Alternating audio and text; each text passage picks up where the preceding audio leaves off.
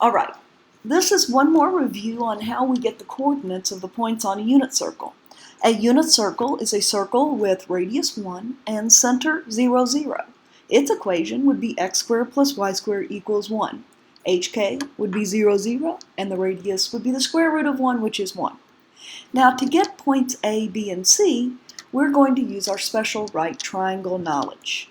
Somewhere on the review, the quiz, the test, what have you, the problem sets up where point P has rotated about point O 30 degrees into point A.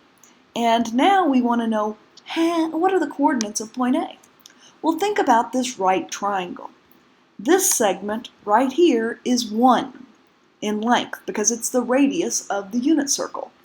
And it's also the hypotenuse of a 30, 60, 90 triangle.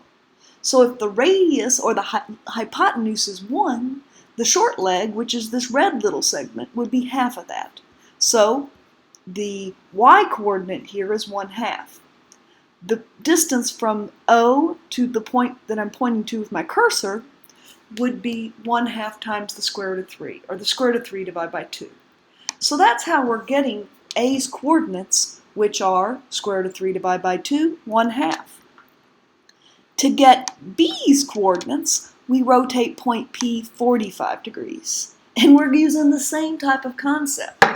This segment OB has length 1. So these two segments would be 1 equals the square root of 2 times a leg. So the leg equals 1 divided by the square root of 2.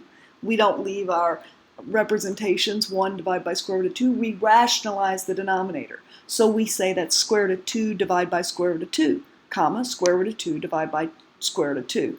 That's how we get those coordinates. The next set of coordinates are really interesting because we're rotating P 60 degrees. Oops. If we rotate P 60 degrees, we get yet another triangle. And we get a 60, 30, 90 triangle. In fact, this triangle is congruent to this triangle. But the coordinates would be switched. And it makes perfect sense because you're reflecting in the line y equals x. So the coordinates of point C are 1/2 square root of 3 divided by 2. Now, to find the coordinates of A prime, B prime, C prime, we reflect in the y-axis. That changes the sign of x.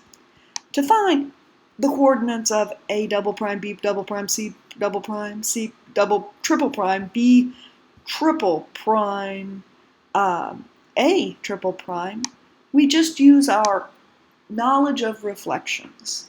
So there's how we get the coordinates. Some students are like, I still have trouble developing this. But if you can focus in on understanding the coordinates of A, B, and C, the rest is quite easy.